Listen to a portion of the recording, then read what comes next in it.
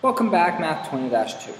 Now, the first section of Lesson 5, we looked at restrictions and what x cannot be, okay? Because every time we look at a function, there are sometimes values that we cannot have. Now, the second part, we're going to learn how to solve it, both graphically and algebraically. First, we're going to focus on the graphically, so it can help you solve algebraically. So here we go. It says, we're looking at this first example here. We have the square root of x plus 1 is equal to 4. It says, state the values for which x, the radical equation, is defined. Well, we learned that last time.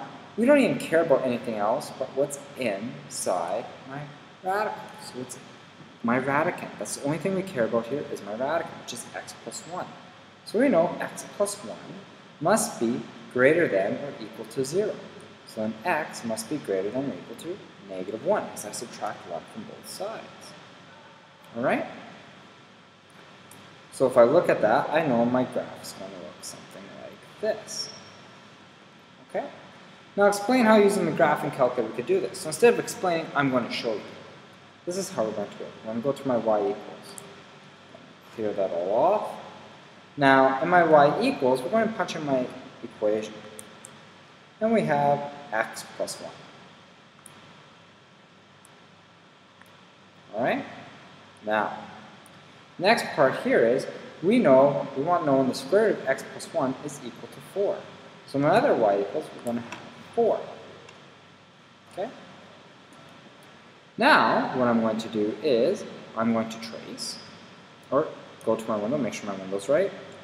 That looks really messy, so I'm going to change this to my x max is going to be, let's say, 20. Okay, my y min, I'm going to have 0. My y max, 10. The reason why I chose 20 is because I know x squared, what squared is the square root of what is equal to 4? 16. So I just want to play with it a bit there. So now I'm going to graph it. There we go. And then there we go. So now that I have that, I'm just going to find my intercept. So I'm going to.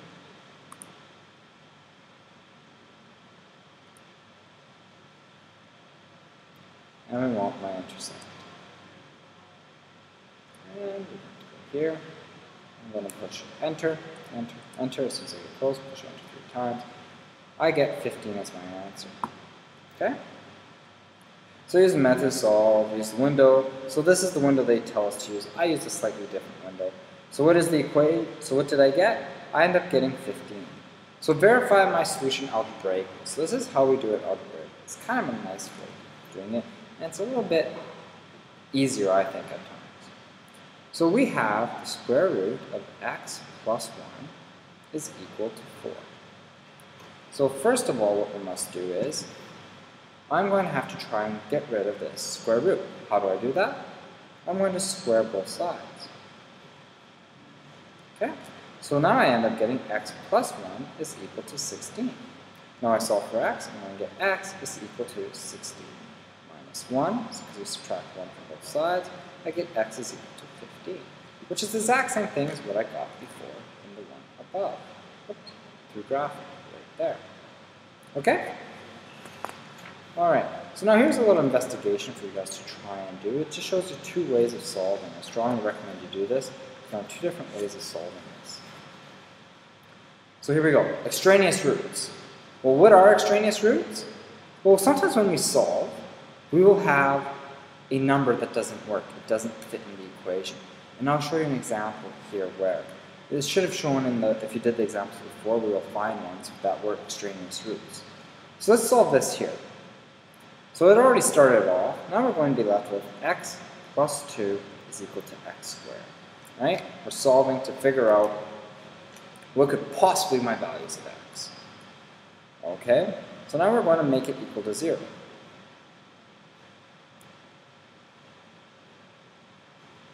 Why do we make it equal to 0? Because we have an x squared. It's a quadratic equation. We can make it equal to 0. Now what we're going to have to do is we're going to have to factor this right here. So how am I going to factor? I'm going to end up getting x. I use the box method, x minus 2.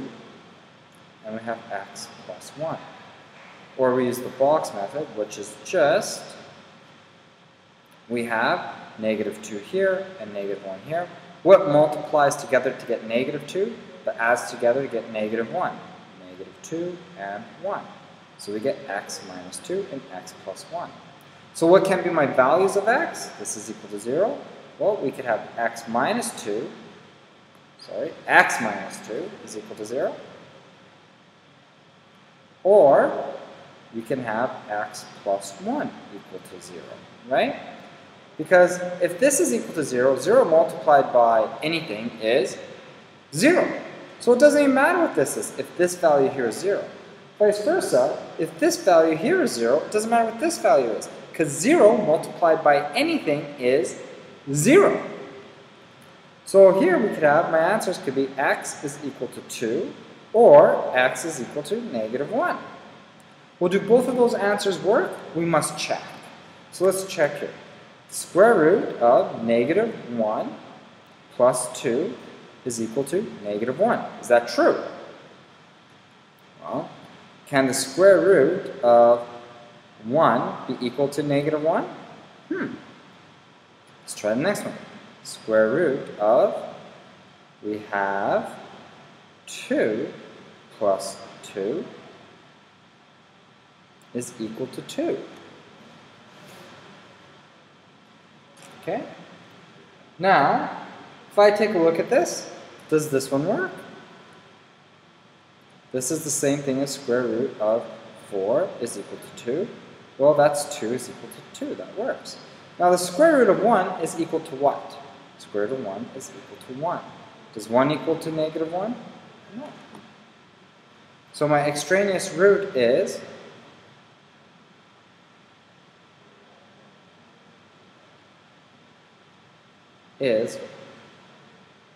negative 1. Okay?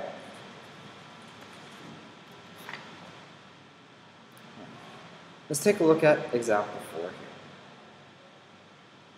So here are some steps on how to solve. You might want to look over this and highlight this section here. And we're going to look at example 4. So solve the following radical equations. So first what we're going to do is square both sides. The radical is isolated, so now we're going to square both sides. So I'm going to get square root of x plus 3 is equal to 7, and we square both sides. Now I'm going to get x plus 3 is equal to 49. So I'm going to solve for it. I'm going to get x is equal to, we subtract 3 from both sides, 46. Okay? That's it. Next one. A little bit more challenging. Okay? So we have to isolate the radical term. So I'm going to get square root of 49 minus x. And I have to subtract 7 from both sides. It's equal to x subtract 7. Because it says step 1, isolate the radical term.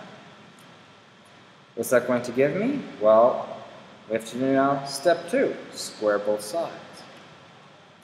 So I'm going to 49 minus x is equal to x subtract 7 squared, which is x subtract 7, x subtract 7.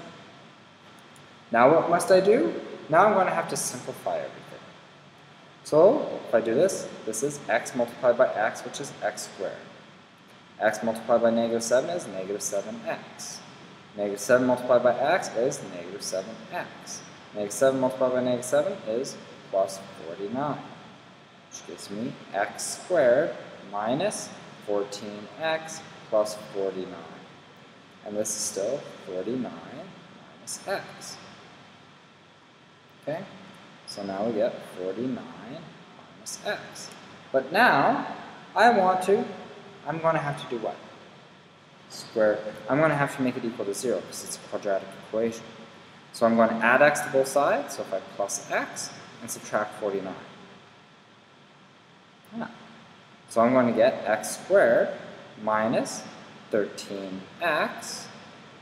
And if I add 49 and subtract 49, that's going to give me plus 0. So I can factor out an x here. And here I'm going to get x minus 13. So what are my two solutions? So far, if both of these are equal to 0, x could equal to 0, Or maybe x minus 13 is equal to 0. So then in this case, x is equal to 13. Huh. Do they both work? Let's see if they both work. Maybe there's an extraneous root. Okay? So let's take a look at this. This first one, we don't have an extraneous root. 46 plus 3 is 49. It works. Let's try this one here. So 13. So if I have the square root of 49 minus 0 is plus 7, is that equal to 0? Well, this is going to be, what is the square root of 49? That is going to be 7. Plus 7, is that equal to 0? No, this does not work. Okay, let's try the other one. Is there two extraneous roots? Huh. Well, we have a square root of 49, so that doesn't work. It's 49 plus or minus 7. Okay. 49, minus 13. Sorry, minus 13 plus 7 is equal to 13. Well, I take a look at this. This is going to give me square root of 36 plus 7 is equal to 13. 6 plus 7 is equal to 13. Well, that's true. 13 is equal to 13. So 0 is my extraneous root.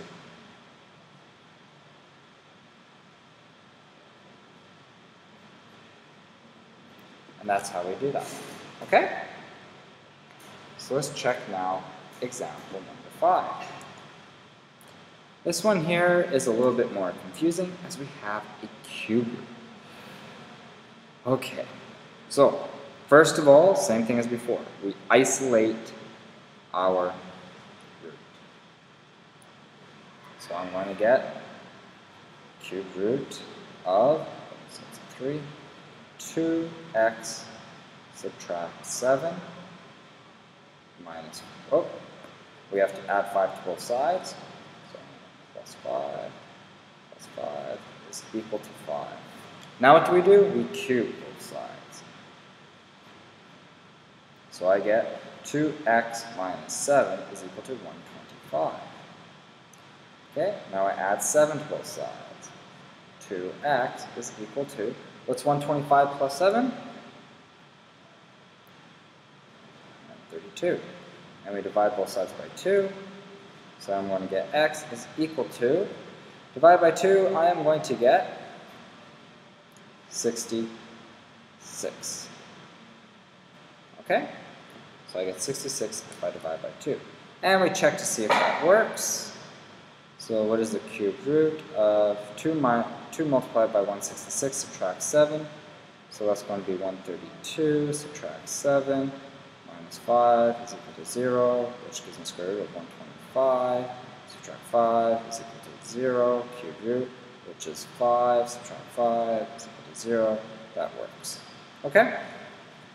So that's everything. I hope you understand this. If you have any questions, ask me tomorrow as we work on the assignment together. Good luck.